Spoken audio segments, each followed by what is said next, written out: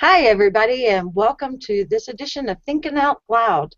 I'm Arizona Lowe, and I'm going to try to be your hostess. And also with me is Rayne Dowell, who is my wing lady.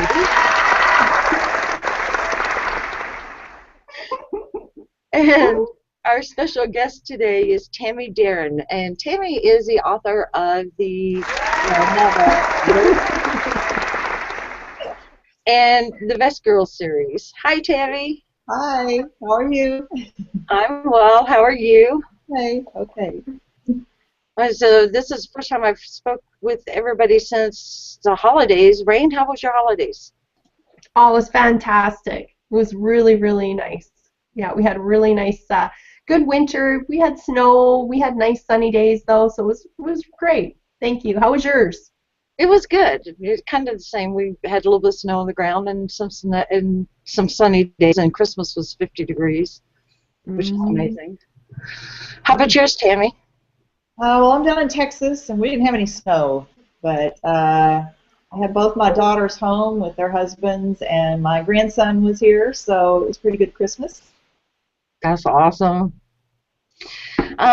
So, Tamie, I'm going to give a little brief, as much as I know about your background, and then I kind of wanted you to go further into it if you wouldn't mind.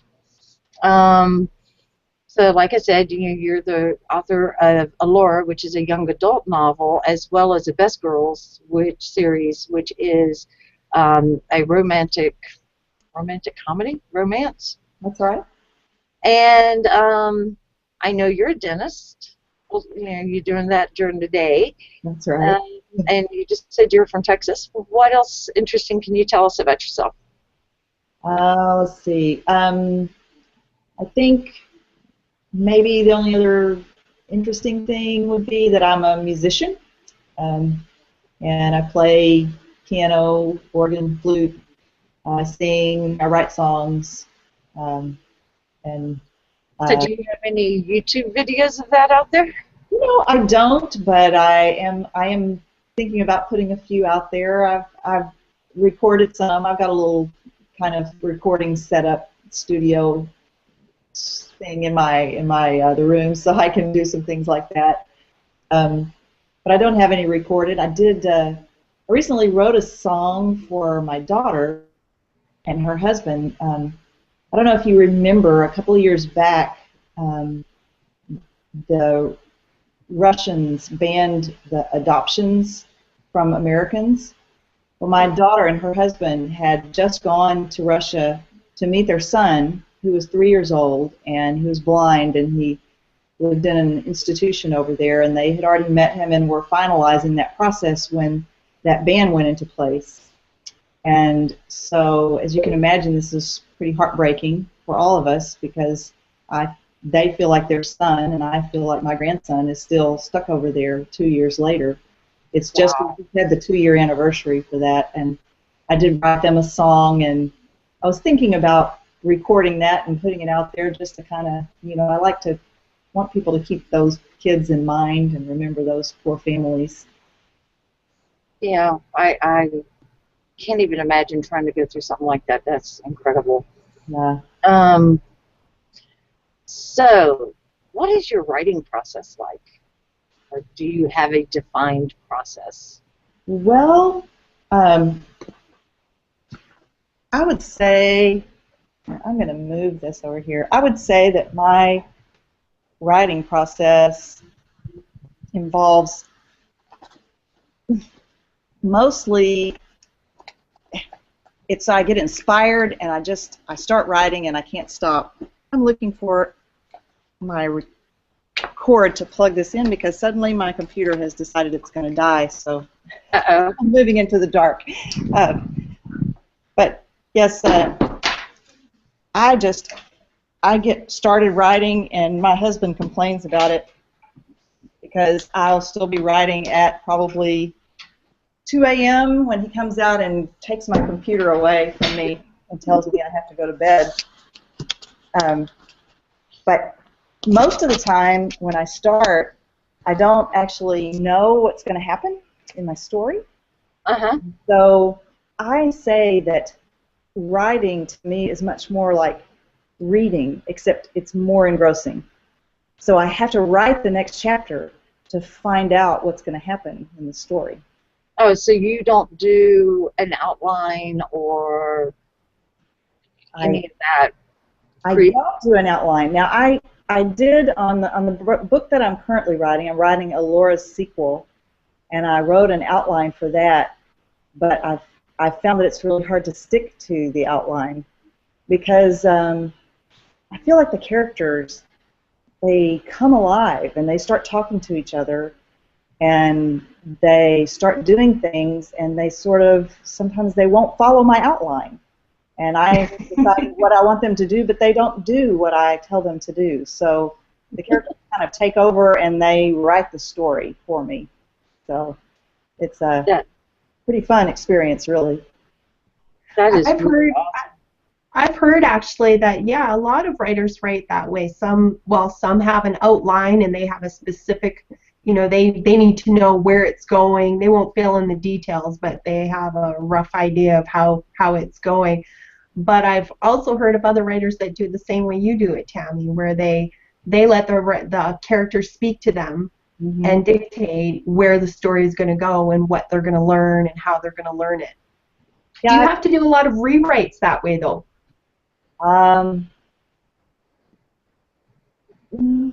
No. I mean, I feel like I write. I don't have to like rewrite the story. I've never had that kind of issue. I do have to go through and clean it up and make sure that everything is, that the grammar is right and that I haven't done any head hopping in the story or that kind of thing. But no, I really don't have that issue. And it's funny, I've heard a lot of other authors say the same thing. Like I've seen blog posts where people have said, my characters won't behave, because they have mutinied and they've taken over the story and one thing to happen and another thing happened instead. And so it is sometimes like they really take on a life of their own. Well, speaking of characters and them taking a life of their own, how do you come up with the names? I mean, like Allura just rolls off the tongue. Is the perfect name for that girl in the story. Yeah, I don't always come up with the names the same way, but Allura was actually, I loved the name, and the name was almost the inspiration for the story. I came up with the name before I came up with the story. And I knew I wanted to write young adult fantasy because I love that genre anyway. And so I came up with Allura, and then I just sort of imagined what would Allura be like, and then things just started happening, and along comes Caven, and she has, this great spark with him, and all the other characters just jumped in there and introduced themselves. And but as far as some of the names in Allura, I did come up with deliberately, like some of the bad guys. Abaddon, that's the name of a demon, and so sometimes the bad guys, I'll actually research and find a really good bad guy name, or some names just sound bad, and so you pick an evil sounding name for an evil sounding character, and a happy sounding name for a happy character. What is the most difficult part of working full time and trying to keep a writing schedule? Yeah, I would say trying to keep any kind of schedule is probably the most difficult thing. And if it were up to me, I would just write all the time. So since I'm trying to be a full-time dentist, I have my computer. I take it up to my office and I plug it in the morning, and it's sitting on the back table. And if I have a few minutes between patients, I run back and I try to write a little bit. And my staff is amazingly supportive.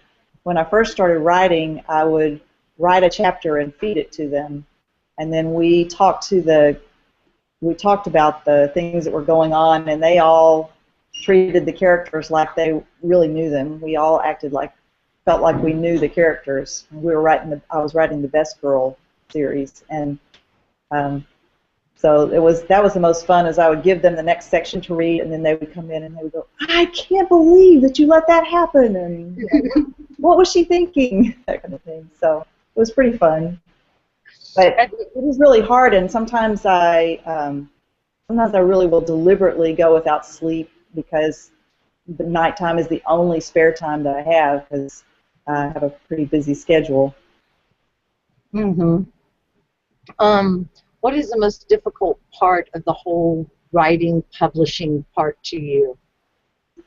I really think that probably my least favorite part is marketing. I really just want to write, and probably the editing part would be the next to least favorite. But even that can be fun because you get to go back through and revisit the characters. But marketing, that's not really fun because I don't want to go out and try to push myself. I've never been that kind of person. So I really just, I want to write. My most favorite part is when I get feedback from somebody, just somebody who says, "Oh, I just love that," or "That really made my day," or "I love Anne, she's my hero," anything like that. That's the most wonderful part of being an author, is feeling like you touch somebody's heart somewhere. Yeah, I can see that. So let's see. We did the writing process and that. I'm peeping over here at pre-written out questions that I had for her. And I think I know the answer to this one. I want to see if I'm right. Is there one subject that you do not ever consider that you would ever touch? Well, my daughters have forbidden me from writing anything that has sex in it. They don't want anything that they would be embarrassed to read, and so I can't. I'm not going to disappoint them. So I close the doors if anything happens. No one. You may know something happens, but you're not going to read about it in my book or have a graphic description of body parts. So, as far as subjects, when I really set out, I was only planning to write uplifting, happy, fun subjects, and so far I've really kind of stuck to that. But now that I've found I have an audience, now I want to reach out and it's maybe some heavier subjects. I'd like to. I've got some ideas, some books. I've kind of started more than one book, but I've started one where I actually talk about an abused woman, and I'd like to do one that would maybe talk about some sections of society that have been more alienated by the mainstream, and really get into their heads and give a viewpoint that would help people understand those marginalized people more. How would you define those marginalized people? There's a bunch of different groups out there. I guess one of the ones that's on my heart would be the ones that we would call, well, undocumented citizens. As I live down in Texas, and so we have a lot of undocumented citizens here. And those people, most of them are just the nicest, sweetest people, just doing the best they can to survive. And a lot of times they kind of get grouped together with, criminals who come over and come across the border and do something terrible. And I'd like to write a story that would really show the heart of these really good people, that might help get some sympathies up there for the mainstream society. And help see that you can't clump all these people together any more than you can the rest of us. That we have U.S. citizens who are, well documented that are criminals, and so just because you're an undocumented person doesn't mean you're a criminal either. Mm-hmm. Yeah, that's. I had a train of thought and I totally lost it. Arizona, can I pop in with some? Can I pop in with some comments here from the audience? Yes. All right. So when Tammy was talking about her children not wanting her to write about sex, Jeannie K says, I think my daughters would die of heart failure if I put sex in my books as well. So, and we've got Jamal Asi out there. He's saying hi. So a shout out to you, Jamal. Thanks for joining us. And we've got Catherine Wilfong saying hi, and she's thanking you, Tammy, for sharing your creative process with us. So that's awesome. Thank you. And yeah. So good stuff. Yeah. I don't know the ladies who write or men, whoever, who write the erotica stuff. I don't know if my kids would disown me. I don't think they would ever speak to me again if I wrote something like that. I think mine would too.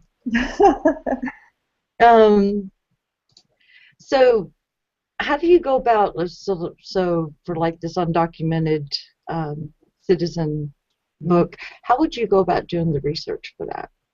Yeah, so I have a really good friend who is an attorney, and she's Hispanic, and so she has a lot of contact with these some people who've been through some pretty horrific things, and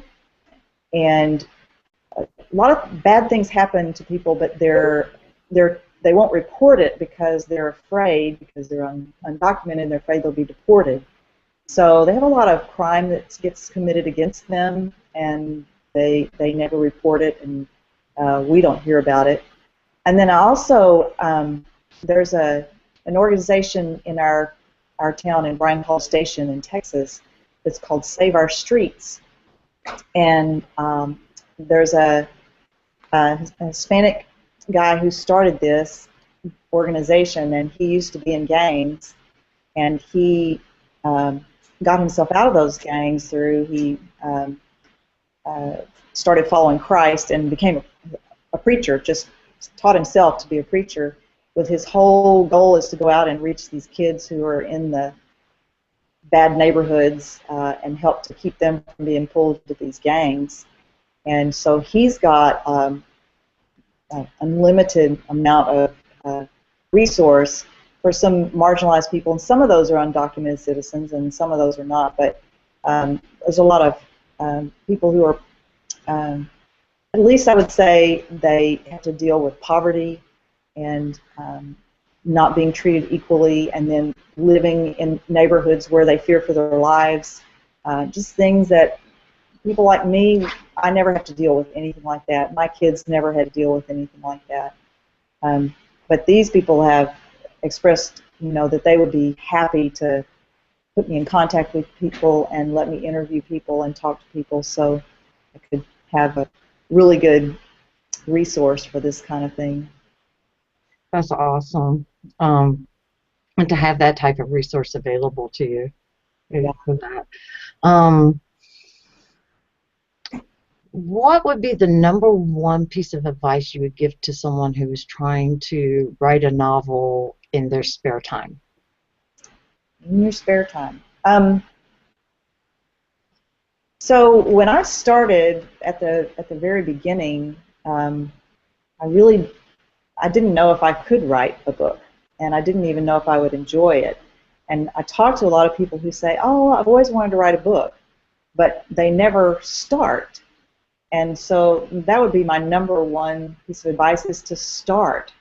Just get your computer out and start writing at any point in the story. It doesn't have to be the beginning. If there's just some scene that you can visualize, even if it's right in the middle of what you think the book would be, or if it's the beginning, or if it's the end, just sit down and write that scene out. And I think what will happen to you is the same thing that happened to me. Once I started writing, I had the bug. It's like an addiction, and you can't live without it. And you have to keep writing because you have to keep your characters alive. Wow, that's just, I can totally understand that just starting, and I love the idea of starting at any scene, because I always feel like when I'm starting something new, I have to start right at the beginning and work to the end. Mm-hmm. And you're advocating starting from wherever. From wherever, any part of this of the book that you can picture in your mind, just sit down and write that scene, and then you can say, now, how did this happen? And then you can go back and write where it started. Well, you see, now you give me a better idea on how to get going again on my lottery idea. Yes, and then the other thing you need is people to say, hey, send me what you've written so I can read it, because that's the other thing that keeps you going, is getting feedback. You don't want to wait until you're all the way, feel like you have to finish the book before you show it to someone. Have some friends that will be happy to read it chapter by chapter, and they'll keep you encouraged and keep you excited and keep you from giving up. That's another great piece of advice, I think, especially when you're trying to juggle writing and a career at the same time. That's right, yeah, because it may take you a long time if you have to sandwich it, between work that you're doing at work and the work you're doing at home and all of your other obligations. So it's going to take you a long time. If you don't get feedback until you're finished with the book, it's going to be really hard to finish. So you need some feedback and encouragement along the way. Yeah. Rayne, do we have any other comments coming in yet? No, we don't have anything else. I was just wondering, where do you get your ideas for your different novels, Tamie? Where do those come from?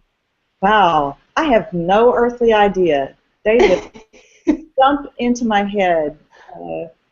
I think just like Arizona, she was talking about how she's into art and painting and photography and writing and all these things. If you like art, it's because you like to create. And so when you sit down, these things just come into your mind. It's the closest thing, I think, to getting to be God, because you actually get to create something that wasn't there before. So it's almost like once you start writing, you feel like these things have always existed, and you're just telling about them. Or if you're painting something that's always existed, but you're just depicting it in a painting. Mm-hmm. Excellent. We've got a really good question from Jim out in the audience there too. He's saying, who, if anyone, inspires you when you're looking around the writers' communities? Thanks for joining us, by the way, Jim. Yeah. Hi, Jim. Well, Arizona's been a great inspiration for me, because she was so encouraging. Because I haven't been a writer for very long. I began writing in January of 2013, and so I published my first book in December, and I think Arizona then, like, it's been about a year since we met. Yeah. But, I had only published, books for, been publishing for a few months when I met Arizona, and she's incredibly encouraging, and that kind of thing is really helpful.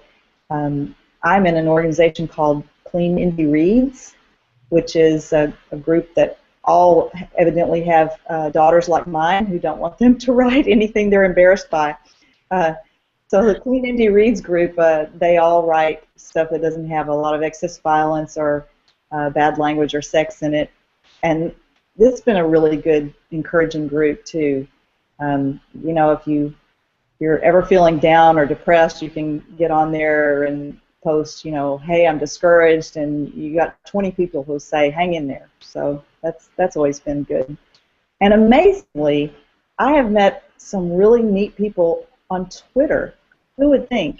Because I've got like 18,000 followers on Twitter. You would think that that's like you could never get to know anyone. But I've had some people on Twitter that I've actually had, conversations with, and they've been encouraging, and so you never know where you're going to meet people. There's a lot of really interesting people out there, and it's fascinating because now I meet people from around the world, And I was talking to one girl who is a writer who lives in the Philippines, and I was giving her some encouragement, and she was, doing the same back for me. And how fun is that? It just makes it a small world. It is a lot of fun when you can. It's one of the joys I have on Twitter is the fact that I do communicate with people, and now Google Plus, that I do communicate with people from all over the world. I think it's just fascinating. Yeah, it's amazing. Yeah. So we're almost out of time, but I was so looking forward to doing this before Christmas, Tamie. But I wanted to announce that you are my 2014 writer. I have chosen one since 2012. Oh. And so I'm going to be writing up an article real quick. Yet another article on Tamie, I know. I'm so honored. Thank you so much. Wow. Surprise. That really just makes my day. Oh, well, thank you. And this week, or this year, will be the first year that I'm actually giving away a prize to go along with it, which is going to be a gift card from Amazon. Wow, that's awesome. Well, you know what? Now, when you write your book, I'm going to use that gift card to buy your book. So I'm going to encourage you to start writing tonight. Yeah, that's probably not going to happen tonight. Don't delay. Maybe tomorrow. So, real quick before we're done, is there any other comments or anything else from the audience, Rayne? No, we just got Jeannie K, who was saying it was a great question that Jim asked, and Jamal saying thank you because we said hi to him. So yeah, everybody's pretty quiet. I think they just took in all the different tips that Tamie was giving, so really appreciate it. Yeah, Tamie, I appreciate so much you joining us, and I appreciate the novels that you write so much, and the fact that you made me fall in love with romance genre all over again, which is why I chose you as a 2014 writer for today's visions, because you made me fall in love with the genre that I had said, I don't want anything else to do with it. Well, that makes me feel good. If I can actually touch your life like that, that's awesome. That's awesome. So thank you again, and Rayne, thank you so much, as always, for being so sweet and wonderful. Oh, you're welcome. It was fun being here, and it's really nice meeting you, Tamie.